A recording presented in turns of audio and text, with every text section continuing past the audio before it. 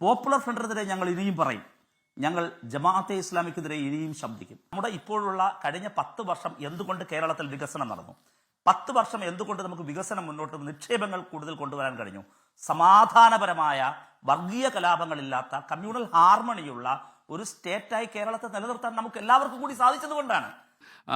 Shri A Rahim M P, N K Premachandran M P പറഞ്ഞ ഒരു കാര്യം, ഇത്തരമൊരു പ്രസ്താവന എ കെ ബാലനെ പോലെ ഒരു മുതിർന്ന CPM നേതാവ് ഉന്നയിച്ചിട്ടും CPMന്റെ സമുന്നതരായ നേതാക്കന്മാരൊന്നും ഇതിനെ തള്ളിപ്പറയുകയോ ഈ പ്രസ്താവനയ്ക്ക് തിരുത്തുമായി വരികയോ ചെയ്തിട്ടില്ല.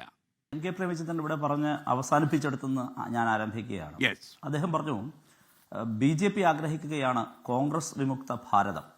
അതുകൊണ്ട് 2036 അല്ലെങ്കിൽ 2030 ശേഷം വരാൻ പോകുന്ന തെരഞ്ഞെടുപ്പിനെ ലക്ഷ്യം വെച്ചുകൊണ്ട് BJP കേരളത്തിൽ കോൺഗ്രസ് ഇല്ലാതാകട്ടെ എന്ന് ആഗ്രഹിക്കുന്നു. അദ്ദേഹം ആ ചർച്ചയിലൂടെ ഉൽപ്പാദിപ്പിക്കാൻ ശ്രമിച്ചത് അതുകൊണ്ട് BJP വിരുദ്ധം. എന്നിട്ട് അദ്ദേഹം പറഞ്ഞൊരു കാര്യം, ഈ തെരഞ്ഞെടുപ്പിൽ കൂടി UDF വരാതിരുന്നാൽ UDF അങ്ങ് തകർന്നു പോകും എന്ന ഒരു നരേഷൻ സൃഷ്ടിച്ചുകൊണ്ട് കേരളത്തിലെ സെക്കുലർ വോട്ടുകൾ തങ്ങളുടെ കീശയിലാക്കാൻ കഴിയുമോ എന്നുള്ള ഒരു ശ്രമമാണ് ശ്രീ എൻ കെ പ്രേമചന്ദ്രൻ നടത്തിയത്. ശ്രീ എൻ കെ പ്രേമചന്ദ്രൻ, അങ്ങ് തന്നെ സത്യസന്ധമായി പറയൂ, കോൺഗ്രസ് വിമുക്ത ഭാരതമാണോ BJP ആഗ്രഹിക്കുന്നത്? RSSന്റെ ലക്ഷ്യം ലെഫ്റ്റ് വിരുദ്ധ, ഇടതുവിരുദ്ധ ഇന്ത്യയാണോ എന്ന് അങ്ങ് തന്നെ വിശദമാക്കി പറയണം. അങ്ങ് പേരിൽ ഈ RSP എന്നത് ഇപ്പോഴും ലെഫ്റ്റ് പാർട്ടിയാണല്ലോ. ഞാൻ അങ്ങോട്ട് ഒരു കാര്യം ചോദിക്കുന്നത്, എന്താണ് കമ്മ്യൂണിസ്റ്റ് പാർട്ടിയെക്കുറിച്ച് വിചാരധാര രേഖപ്പെടുത്തിയിരിക്കുന്നത്? 3 ആഭ്യന്തര ശത്രുക്കളെ വിചാരധാര നിർവചിക്കുന്നുണ്ട്, RSS നിർവചിക്കുന്നുണ്ട്. അതിലൊന്ന് മുസ്ലിങ്ങൾ, ക്രിസ്ത്യൻസ്, പിന്നെ ഉന്മൂലനം ചെയ്യേണ്ട വിഭാഗമായി അന്നു തന്നെ അവർ രേഖപ്പെടുത്തിയ ഐഡിയോളജിക്കൽ എനിമിയായി അവർ രേഖപ്പെടുത്തിയിരിക്കുന്നത് കമ്മ്യൂണിസ്റ്റ് പാർട്ടിയെയാണ്, കമ്മ്യൂണിസ്റ്റ് പ്രസ്ഥാനത്തെയാണ്, ഇടതുപക്ഷത്തെയാണ്. അപ്പോൾ കോൺഗ്രസ് വിമുക്ത ഭാരതമല്ല, കേരളത്തിൽ ആദ്യമായി വീണ് കിട്ടണം, ഇനി കേരളത്തിൽ നിന്നുകൂടി എലിമിനേറ്റ് ചെയ്യപ്പെടണം എന്നവർ ആഗ്രഹിക്കുന്നത് കേരളത്തിലെ ഇടതുപക്ഷത്തെയാണ്, സംഘപരിവാർ പൂർണ്ണമായും ഉന്മൂലനം ചെയ്യാൻ ആഗ്രഹിക്കുന്നത് എന്ന ചരിത്രപരവും രാഷ്ട്രീയപരവുമായ കാര്യത്തെ അങ്ങേപ്പോലൊരാൾ തമസ്കരിച്ചത് ശരിയായില്ല. നമ്പർ 1. നമ്പർ 2, അങ്ങയുടെ ചർച്ചയ്ക്കിടയിൽ വളരെ അപകടകരമായൊരു സ്റ്റേറ്റ്മെന്റ് അങ്ങ് പറഞ്ഞു. അതൊരിക്കലും അങ്ങയിൽ ഉണ്ടാക്കാൻ പാടില്ല. ജമാഅത്തെ ഇസ്ലാമിക്കെതിരായ പരാമർശം ഒരു സമുദായത്തെ ലക്ഷ്യം വെച്ചാണ് എന്നാണ് അങ്ങ് പറഞ്ഞത്. മതരാഷ്ട്രവാദം മുന്നോട്ട് വയ്ക്കുന്ന ജമാഅത്തെ ഇസ്ലാമി എന്ന് പറയുന്ന സംഘടനയെ, അവരുടെ രാഷ്ട്രീയ പാർട്ടിയായ വെൽഫെയർ പാർട്ടിയെയും രാഷ്ട്രീയമായി ഞങ്ങളോ വേറെ ആരെങ്കിലുമോ എക്സ്പോസ് ചെയ്താൽ അതെങ്ങനെയാണ് ആ സമുദായത്തിനെതിരെ ആവുകയെന്ന് അദ്ദേഹത്തിന്റെ ഊഴത്തിൽ അദ്ദേഹം വിശദീകരിക്കണം. അങ്ങനെയാണെങ്കിൽ RSSനെതിരെ സംസാരിക്കുന്നത് ഹിന്ദു വിരുദ്ധമാണെന്ന് RSS നരേഷനെ അങ്ങ് ശരിവെക്കുകയല്ലേ? BJPക്കെതിരെ പറഞ്ഞാൽ അത് ഹിന്ദു വിരുദ്ധതയാണ് പറയുന്നത് എന്ന് അവരുടെ വാദത്തെ ശരിവെക്കുന്നതല്ലേ അങ്ങ് പറഞ്ഞത്? പോപ്പുലർ ഫ്രണ്ടിനെതിരെ ഞങ്ങൾ ഇനിയും പറയും. ഞങ്ങൾ ജമാഅത്തെ ഇസ്ലാമിക്കെതിരെ ഇനിയും ശബ്ദിക്കും. അതെങ്ങനെയാണ് ഇസ്ലാം വിരുദ്ധം, മുസ്ലിം വിരുദ്ധമാവുകയെന്ന് അങ്ങ് പറയണം. അത് ഒരു സമുദായത്തെ ലക്ഷ്യം വെച്ചാണ് പറയുന്നത് എന്തും തെറ്റാണ്. ഇവിടെ നോക്കൂ, യഥാർത്ഥത്തിൽ എന്താണ് വാസ്തുതാപരമായ കാര്യം. കേരളത്തിൽ ഇടതുപക്ഷം ഇപ്പോൾ ഭരിച്ചുകൊണ്ടിരിക്കുകയാണ്. 10 വർഷം പൂർത്തിയാക്കാൻ പോകുന്നു. 10 വർഷത്തിനിടയിൽ കേരളത്തിൽ ഒരു വർഗീയ കലാപം പോലും ഉണ്ടായിട്ടില്ല എന്ന് കാണണം. അത് വസ്തുതയാണല്ലോ. നിങ്ങൾക്കും നമുക്കും നിഷേധിക്കാനാകാത്ത ഏറ്റവും അഭിമാനകരമായ കാര്യമാണ്. ഇക്കഴിഞ്ഞ 10 വർഷത്തിനിടയിൽ ഇന്ത്യയിൽ ഏതെങ്കിലും ഒരു സംസ്ഥാനത്ത് വർഗീയ കലാപം ഉണ്ടാകാതിരുന്നിട്ടുണ്ട് എങ്കിൽ അത് കേരളത്തിൽ മാത്രമാണ് എന്നതും ഫാക്റ്റാണ്. എന്നാൽ എന്താണ് നമ്മുടെ രാജ്യത്ത്, നമ്മുടെ കേരളത്തിൻ്റെ പഴയ കാലാവസ്ഥ? ഒരു കണക്ക് ഞാൻ നിങ്ങളുടെ മുമ്പിൽ, പ്രേക്ഷകരുടെ മുമ്പിൽ അവതരിപ്പിക്കുകയാണ്. നിങ്ങൾ നോക്കൂ, മുൻകാലങ്ങളെ നമുക്ക് മുമ്പോട്ട് പോകാം.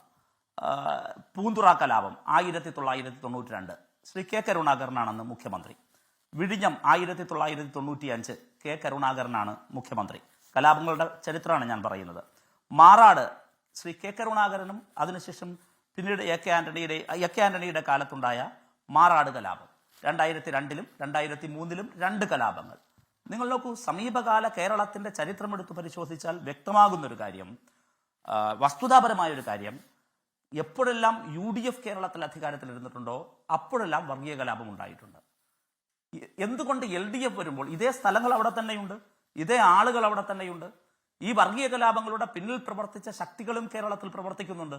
പക്ഷേ അവർക്ക് സ്വാധീനമുറപ്പിക്കാനോ ഭരണത്തിന്റെ തണലിൽ കൂടുതൽ വിലസാനോ വർഗീയ കലാപങ്ങൾ സംഘടിപ്പിക്കാനോ കഴിയുന്നില്ല. വർഗീയ കലാപങ്ങളില്ലാതെ എല്ലാ വർഗീയ ശക്തികൾക്കെതിരെയും ശക്തമായ നിലപാട് സ്വീകരിക്കാൻ ഇടതുപക്ഷ കാലത്ത് കഴിയുന്നുണ്ട്, UDFന്റെ ഭരണകാലത്ത് കഴിയുന്നില്ല. അതുകൊണ്ട് ഞാൻ ഈ പരാമർശിച്ച കാലയളവിലെല്ലാം UDF അധികാരത്തിൽ വന്നപ്പോഴെല്ലാം കേരളത്തിൽ വർഗീയ കലാപം ഉണ്ടായിട്ടുണ്ട്. ഇത് ഫാക്റ്റാണ്. ഇനി ഇപ്പോഴാണെങ്കിൽ കുറെ കൂടി പ്രശ്നങ്ങൾ രൂക്ഷമായിരിക്കുന്നു. SKN എങ്ങനെയാണ്? വർഗീയ കലാപങ്ങൾ സംഘടിപ്പിക്കുന്നതിന് ഒരു വശത്ത് നിന്നിരുന്ന പോപ്പുലർ ഫ്രണ്ട് ഓഫ് ഇന്ത്യ എന്ന് പറയുന്ന, അല്ലെങ്കിൽ SDP എന്ന് പറയുന്ന ഓർഗനൈസേഷൻ, ആ SDP എന്ന് പറയുന്ന ആപൽക്കരമായ ഒരു ഓർഗനൈസേഷൻ ഇപ്പോൾ ഏതാണ്ട് UDFന്റെ പാർട്ട്ണറായി പരസ്യമായി തന്നെ രംഗത്ത് വന്നിരിക്കുന്നു. മാത്രമല്ല അവർക്ക് ലീഗിൽ കൂടുതൽ ലെഗിറ്റിമസിയും സ്വാധീനവും ലഭിച്ചിരിക്കുന്നു. ഇനി മതരാഷ്ട്രവാദത്തിൽ ഞങ്ങൾ ഉറച്ചു നിൽക്കുന്നുവെന്ന് എപ്പോഴും പറയുന്ന ഒരു സംഘടന ജമാഅത്തെ ഇസ്ലാമി, ശ്രീ പ്രേമചന്ദ്രൻ തന്നെ പറയുന്നു ജമാഅത്തെ ഇസ്ലാമിക്കെതിരെ പറഞ്ഞാൽ അത് ഇസ്ലാമിനെതിരാണ്. അപ്പോൾ ജമാഅത്തെ ഇസ്ലാമി സമം മുസ്ലിം കമ്മ്യൂണിറ്റി എന്ന ഒരു അടിസ്ഥാനരഹിതമായ യുക്തിരഹിതമായ ഒരു നരേഷൻ UDFന്റെ നേതാക്കൾ തന്നെ പറയുന്നു. മതരാഷ്ട്രവാദത്തിൽ ഞങ്ങൾ ഉറച്ചു നിൽക്കുന്നുവെന്ന് അവർ പറയുമ്പോഴും അല്ല, മതരാഷ്ട്രവാദം അവർ വെടിഞ്ഞിരിക്കുന്നുവെന്ന് ശ്രീ VD സതീശൻ അവരെക്കാൾ വലിയ രാജഭക്തിയോടുകൂടി വാദിക്കുന്നു. നോക്കൂ, അപ്പോൾ മുൻകാലങ്ങളിൽ, ഞാൻ അവസാനിപ്പിക്കുകയാണ്, SK ശ്രദ്ധിക്കും, മുൻകാലങ്ങളിൽ UDFന്റെ കാലത്ത് വർഗീയ കലാപങ്ങൾ ഉണ്ടാകുന്നു, LDFന്റെ കാലത്ത് വർഗീയ കലാപങ്ങൾ ഉണ്ടാകുന്നില്ല. UDFന്റെ കാലത്ത് മുൻകാലങ്ങളിൽ വർഗീയ കലാപങ്ങൾ ഉണ്ടാക്കാനും ഒക്കെ ശ്രമിച്ചുകൊണ്ടിരുന്ന ശക്തികൾ UDFന്റെ അവിശുദ്ധ പാർട്ണർമാരായി അവർ പരസ്യമായി തന്നെ രംഗത്ത് വന്നുകൊണ്ടിരിക്കുന്നു. ഇത് ഒരു വശത്ത്. പിന്നെ RSSന്റെ കാര്യം, ഇനി RSSന്റെ കാര്യത്തിലേക്ക് കൂടി ഞാൻ പോകാം. ഈ RSSകാർ പ്രതികളായ കേസുകൾ കേരളത്തിൽ മുമ്പ് എപ്പോഴെങ്കിലും പിൻവലിച്ചിട്ടുണ്ടോ? അത് UDFന്റെ ഭരണകാലത്ത് മാത്രമാണ്. ഈ പാലോട് രവി MLAയുടെ ശുപാർശ പ്രകാരം ഉമ്മൻചാണ്ടി മുഖ്യമന്ത്രി ആയിരിക്കുമ്പോഴാണ് കേരളത്തിൽ RSSകാർ പ്രതികളായ ഒരു സർക്കിൾ ഇൻസ്പെക്ടറെ ബോംബെറിഞ്ഞ് കൊല്ലാൻ ശ്രമിച്ച MG കോളേജിലെ കേസ് പിൻവലിച്ചു കൊടുക്കുന്നത്. പോപ്പുലർ ഫ്രണ്ടുകാർ പ്രതികളാക്കപ്പെട്ട കേസുകൾ ഇക്കഴിഞ്ഞ 10 വർഷത്തിനിടയിൽ ഒരെണ്ണം പോലും പിൻവലിക്കപ്പെട്ടിട്ടില്ല. കേരളത്തിൽ RSSകാർ പ്രതികളായതും പിൻവലിക്കപ്പെട്ടിട്ടില്ല. പക്ഷേ UDFന്റെ ഭരണകാലത്ത് മുസ്ലിം ലീഗ് MLAമാരുടെ ശുപാർശ പ്രകാരം പോപ്പുലർ ഫ്രണ്ടുകാർ പ്രതികളാക്കപ്പെട്ട കേസുകൾ കേരളത്തിൽ പിൻവലിച്ചിട്ടുണ്ട്. ഞാൻ ഒരു കാര്യം കൂടി ഓർമ്മപ്പെടുത്തുന്നു. ഒരു ടെലിവിഷൻ ചർച്ചയ്ക്കിടെ, ഒരു ഇന്റർവ്യൂവിനിടയിൽ, ശ്രീ വേണു ബാലകൃഷ്ണന്റെ ഇന്റർവ്യൂവിനിടയിൽ റിപ്പോർട്ടർ ടിവിക്കകത്ത് നിന്നുകൊണ്ട് പണ്ടൊരിക്കൽ, ഇപ്പോഴല്ല കേട്ടോ, പണ്ട് അന്നത്തെ കേരളത്തിന്റെ മുഖ്യമന്ത്രി മൈക്കൂരി മാറ്റിയിട്ട് ഇറങ്ങിപ്പോകുന്ന ഒരു രംഗമുണ്ട്. എന്തിനായിരുന്നു? കാസർഗോഡ് കലാപത്തിനു ശേഷം രൂപീകരിക്കപ്പെട്ട നിസാർ കമ്മീഷന്റെ പ്രവർത്തനങ്ങളെക്കുറിച്ചുള്ള ചില ചോദ്യങ്ങളോട് പ്രതികരിക്കാൻ കഴിയാതെയാണ് ശ്രീ ഉമ്മൻചാണ്ടി കുപിതനായി, അദ്ദേഹം അങ്ങനെ ഇറങ്ങിപ്പോകാറില്ല, അസ്വാഭാവികമായി അദ്ദേഹം ഇറങ്ങിപ്പോകുന്നത്, ഉത്തരം മുട്ടി ഇറങ്ങിപ്പോകുന്നത്. നിങ്ങൾ നോക്കൂ, കാസർഗോഡ് കലാപത്തിന് ശേഷം പോപ്പുലർ ഫ്രണ്ടിന്റെ പ്രവർത്തനങ്ങളെ സംബന്ധിച്ച് നിസാർ കമ്മീഷന് പിന്നെ എന്ത് സംഭവിച്ചു? ഇതെല്ലാം കണ്ടതാണ്. അപ്പോൾ അതായത് UDF എപ്പോഴെല്ലാം അധികാരത്തിൽ വരുന്നുണ്ടോ അപ്പോഴെല്ലാം ഈ നമ്മുടെ ഇപ്പോഴുള്ള കഴിഞ്ഞ 10 വർഷം എന്തുകൊണ്ട് കേരളത്തിൽ വികസനം നടന്നു, 10 വർഷം എന്തുകൊണ്ട് നമുക്ക് വികസനം മുന്നോട്ട്, നിക്ഷേപങ്ങൾ കൂടുതൽ കൊണ്ടുവരാൻ കഴിഞ്ഞു, സമാധാനപരമായ വർഗീയ കലാപങ്ങളില്ലാത്ത കമ്മ്യൂണൽ ഹാർമണിയുള്ള ഒരു സ്റ്റേറ്റായി കേരളത്തെ നിലനിർത്താൻ നമുക്ക് എല്ലാവർക്കും കൂടി സാധിച്ചതുകൊണ്ടാണ്. അത് സാധിച്ചത് നിഷ്പക്ഷമായി ഇക്കാര്യങ്ങളിൽ ഇടപെടുന്ന, മുഖം നോക്കാതെ നടപടി സ്വീകരിക്കുന്ന വർഗീയ ശക്തികൾക്ക് ഭരണത്തിൽ ഇടപെടാൻ കഴിയാത്ത 10 വർഷങ്ങൾ കഴിഞ്ഞുപോയത് കൊണ്ടാണ്. ഞങ്ങളിത് തിരഞ്ഞെടുപ്പ് കാലത്ത് ജനങ്ങളോട് ഇക്കാര്യം ജനങ്ങളെ ഓർമ്മപ്പെടുത്തേണ്ട രാഷ്ട്രീയ ബാധ്യത ഞങ്ങൾക്കുണ്ട്. അപ്പോൾ യഥാർത്ഥത്തിൽ എന്റെയും ശ്രീ NK പ്രേമചന്ദ്രന്റെയും ഇവിടുത്തെ ചർച്ച നിങ്ങളൊന്ന് പരീക്ഷിച്ച് നോക്കൂ. ആരാണ് മതം കലർത്താൻ ശ്രമിക്കുന്നതെന്ന് പ്രേക്ഷകർക്ക് ചെയ്യും. ഞാനാണോ, അദ്ദേഹമാണോ, ഞങ്ങളാണോ, UDF ആണോ? UDF ആണ് ഇവിടെ മതവും ജാതിയും പറയുകയും ന്യൂനപക്ഷ വിഭാഗങ്ങൾക്കിടയിൽ ഭീതി ജനിപ്പിച്ച് അവർക്ക് അനുകൂലമാക്കാൻ ശ്രമിക്കുകയും ചെയ്യുന്നത്.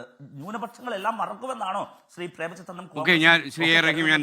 ബാബറി മസ്ജിദിന്റെ കാലത്ത്, ബാബറി മസ്ജിദ് ധ്വംസനത്തിന്റെ കാലത്ത്, ഞാൻ പറഞ്ഞ അവസാനിപ്പിക്കുന്നു സാർ, ബാബറി മസ്ജിദ് ധ്വംസനത്തിന്റെ കാലത്ത് കോൺഗ്രസ് പുലർത്തിയ ആ അപമാനകരമായ, ചരിത്രത്തിലെ ഏറ്റവും വലിയ ചതിയും വഞ്ചനയും ഏറ്റവും മനോഹരമായ ആലങ്കാരിക ഭാഷയിൽ കേരളത്തിൽ പ്രസംഗിച്ചിട്ടുള്ള ആളാണ് ശ്രീ NK പ്രേമചന്ദ്രൻ. ആ കോൺഗ്രസിനെ എപ്പോഴാണ് നമുക്ക് വിടുതൽ കൊടുത്ത്, അതിൽ നിന്നെല്ലാം വിടുതലും മാപ്പും കൊടുത്ത് വിശ്വസിക്കാനാവുക?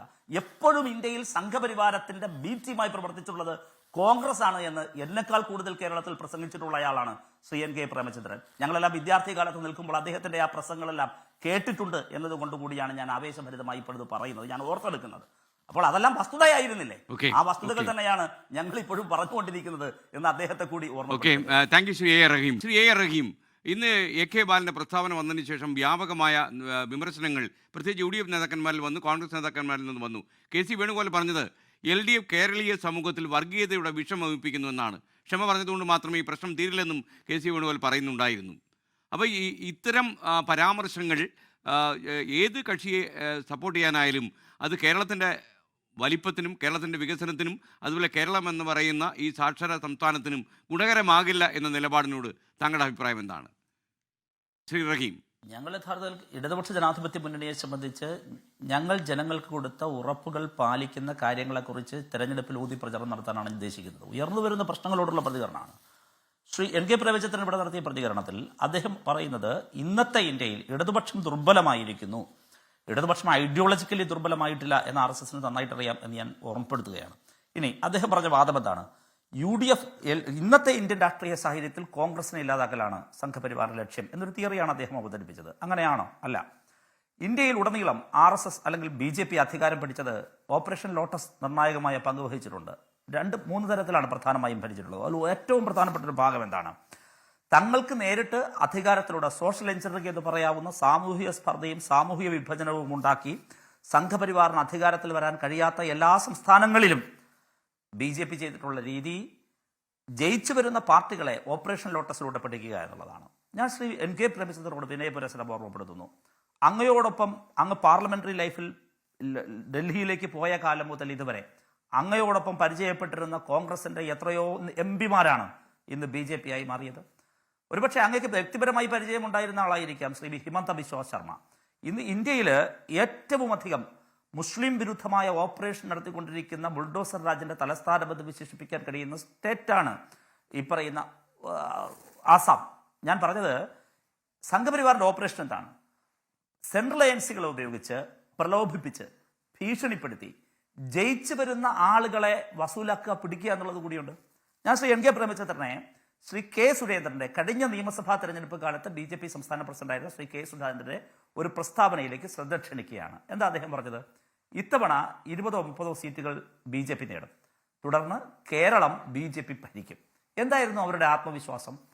ജയിച്ചു വരുന്ന കേരളത്തിൽ നമുക്കറിയാലോ, BJP ശ്രീ ND രമേശ് പോലും സ്വാഭാവികമായി വ്യക്തിപരമായി സമ്മതിക്കും, കേരളത്തിൽ ഒരിക്കലും സെക്കുലർ ഫാബ്രിക്കുള്ള കേരളത്തെ തകർത്തുകൊണ്ട് BJPക്ക് ഒറ്റയ്ക്ക് അധികാരത്തിൽ വരാൻ കഴിയില്ല. BJP കേരളത്തിൽ പ്ലാൻ ചെയ്യുന്നത് മറ്റത്തൊരു ഒരു മോഡലാണ്. ഇന്ത്യയിലെ മറ്റു പല സ്റ്റേറ്റുകളിലും ജയിച്ചു വരുന്ന ആളുകളെ പർച്ചേസ് ചെയ്യാൻ കഴിയുന്ന സാധ്യതയല്ലാതെ കേരളത്തിൽ BJPക്ക് ഒരിക്കലും അധികാരത്തിൽ വരാൻ കഴിയില്ല. ജനം ചിന്തിക്കട്ടെ, കഴിഞ്ഞ 10 വർഷത്തിനിടയിൽ കേരളത്തിലെ LDFലെ ജയിച്ചു വരുന്ന ഏതെങ്കിലും ഒരു MLAയെ പിടിച്ചെടുക്കാൻ അവർ കഴിഞ്ഞിട്ടുണ്ടോ? പക്ഷെ കോൺഗ്രസിന് അത് സാധിക്കും. എന്തുകൊണ്ട് സാധിക്കും? കോൺഗ്രസ് അധികാരത്തിൽ വന്നാൽ UDFലെ MLAമാരെയോ അതിനകത്തെ പാർട്ടികളെയോ അഴിമതിയുടെയും മടിയിൽ കനമുള്ളത് കൊണ്ടും സെൻട്രൽ ഏജൻസികളെ ഉപയോഗിച്ച് ഭീഷണിപ്പെടുത്തി വളരെ എളുപ്പത്തിൽ അഴിമതി കൈയിട്ടുവാരൽ കോൺഗ്രസും UDFും എന്നാൽ വരുമെന്ന് എല്ലാവരും സമ്മതിക്കുന്ന കാര്യമാണ്. അപ്പോൾ അഴിമതി ഭാണ്ഡക്കെട്ടുമായി നിൽക്കുന്നവരെ സെൻട്രൽ ഏജൻസികളെ ഉപയോഗിച്ച് മറ്റ് സ്റ്റേറ്റുകളിൽ ചെയ്യുന്നതുപോലെ ഓപ്പറേഷൻ ലോട്ടസ് നടത്തി കേരളം പിടിക്കാൻ BJP കഴിയും. അതുകൊണ്ട് ഇന്നത്തെ ഇന്ത്യൻ സാഹചര്യത്തിൽ നിങ്ങൾ എവിടെയും എടുത്തോളൂ, ശ്രീ പ്രേമചന്ദ്രന്റെ വാദം തെറ്റാണ്. ഞാൻ ഒരു കാര്യം കൂടി ഓർമ്മപ്പെടുത്തുന്നു. കർണാടകയിലെ ഫക്കീർ കോളനിയിൽ നടത്തിയ ബുൾഡോസർ രാജ് കോൺഗ്രസ് ആണ് നടത്തിയത്, കോൺഗ്രസ് ഗവൺമെന്റ് ആണ്. നോക്കൂ ശ്രീ SKN, അതിനെ BJPയുടെ പ്രതിപക്ഷ നേതാവ് സർവാത്മന സ്വാഗതം ചെയ്തു. BJP അവിടുത്തെ ഗവൺമെന്റിന് പിന്തുണ കൊടുത്തു. ഞങ്ങൾ കർണാടകയിൽ അധികാരത്തിൽ വന്നാൽ ചെയ്യാൻ ഉദ്ദേശിക്കുന്ന കാര്യങ്ങൾ നിങ്ങൾ ചെയ്യുന്നു. അപ്പോൾ അങ്ങ് പറയുന്ന വാദം തെറ്റല്ലേ? ഈ കേരളത്തിൽ അദ്ദേഹം പറഞ്ഞു, ഇന്ത്യയിൽ BJP എതിർക്കുന്ന ഏറ്റവും ശക്തമായ മതനിരപേക്ഷ ശക്തിയാണ് കോൺഗ്രസ് എന്ന് BJP സമ്മതിക്കുന്നുണ്ട്. അതാണോ വസ്തുത? ഇല്ല, പോട്ടെ. ഇന്നത്തെ പ്രധാനപ്പെട്ട വാർത്ത എന്താ? മഹാരാഷ്ട്രയിൽ ഒരു മുനിസിപ്പാലിറ്റിയിൽ കോൺഗ്രസും BJPയും ചേർന്നൊരു സഖ്യമായി മത്സരിച്ചു എന്നുള്ള വാർത്തയാണ് ഇന്നത്തെ പ്രധാനപ്പെട്ട ദേശീയ മാധ്യമങ്ങളിലെ കൗതുകമുണർത്തുന്ന മറ്റൊരു വാർത്ത. അപ്പൊ മറ്റത്തൂർ മാത്രമല്ല, കർണാടക മാത്രമല്ല, മഹാരാഷ്ട്രയും ഇന്ത്യയിലുടനീളം കോൺഗ്രസ് ജയിച്ചു വന്നാൽ ആ കോൺഗ്രസിനെ ഞങ്ങൾക്ക് വളരെ ഈസിലി മാനേജ് ചെയ്യാൻ കഴിയും, പവർ ഉപയോഗിച്ചോ ഏതു തരത്തിലായാലും എന്ന നല്ല ധാരണയുണ്ട്. എന്നാൽ വില കൊടുത്തു വാങ്ങാൻ കഴിയാത്ത, ഭീഷണിപ്പെടുത്തിയും പ്രലോഭിപ്പിച്ചും വരുതിക്ക് നിർത്താൻ കഴിയാൻ പറ്റാത്തൊരു വിഭാഗമാണ് ഇടതുപക്ഷമെന്നും കേരളത്തിൽ കൃത്യമായി BJPക്ക് നന്നായിട്ട് അറിയാം. നമ്പർ 1. നമ്പർ 2, വളരെ പ്രധാനപ്പെട്ട ഒരു കാര്യം, ശ്രീ MT രമേശ് ഇവിടെ ജമാഅത്തെ ഇസ്ലാമിക്കെതിരെ വാചാലമായി. ഒരു കാര്യത്തിന് യുക്തിസഹമായി ശ്രീ MT രമേശ് മറുപടി പറയണം. ജമാഅത്തെ മതരാഷ്ട്രം സ്വപ്നം കാണുന്ന ജമാഅത്തെ ഇസ്ലാമിയുമായി എന്തിനാണ് RSS ദേശീയ നേതൃത്വം ചർച്ച നടത്തിയത്? 2023 ഡൽഹിയിലായിരുന്നു കൂടിക്കാഴ്ച. അദ്ദേഹം അത് വിശദീകരിക്കണം. 3, വളരെ പ്രസക്തമായ ഒരു കാര്യം അദ്ദേഹം ഇവിടെ പറഞ്ഞു. അദ്ദേഹത്തിന്റെ ജമാഅത്തെ ഇസ്ലാമിയെ പറയുന്നത് മുസ്ലിങ്ങൾക്കെതിരാണ് എന്ന് അങ്ങയുടെ ആദ്യത്തെ ഊഴത്തിൽ പറഞ്ഞിരുന്നു. അദ്ദേഹം ഇപ്പോൾ അത് പിൻവലിക്കുകയാണെങ്കിൽ ഞാൻ സമ്മതിക്കുന്നു. പക്ഷേ അത് അങ്ങനെ തന്നെ ആയിരിക്കണം. ശ്രീ ഫസൽ ഗഫൂർ കൂടെ സൂചിപ്പിച്ച വാദത്തോട് ഞാൻ പൂർണ്ണമായി യോജിക്കുകയാണ്. ഇവരൊന്നും എണ്ണം കൊണ്ട് ശക്തരല്ല, പക്ഷേ ഇവർ ഉൽപ്പാദിപ്പിക്കുന്ന ഒരു ആശയമുണ്ട്. ആശയം ആപൽക്കരമായ ആശയമാണ്. ഇവിടെ ജമാഅത്തെ ഇസ്ലാമിയെയോ പോപ്പുലർ ഫ്രണ്ടിനെയോ മുൻനിർത്തിക്കൊണ്ടും അവർക്ക് സ്വാധീനമുള്ളതുമായ ഒരു കാലഘട്ടം ഉണ്ടാകാൻ പാടില്ല. നമ്മുടെ ഭരണം ഏറ്റവും നിഷ്പക്ഷമായ ഭരണമായിരിക്കണം. ജനങ്ങൾക്ക് കൊടുത്ത വാക്കുകൾ പാലിക്കുന്ന, വികസനത്തിലും ക്ഷേമത്തിലും ഊന്നിയ കാര്യത്തിലായിരിക്കണം.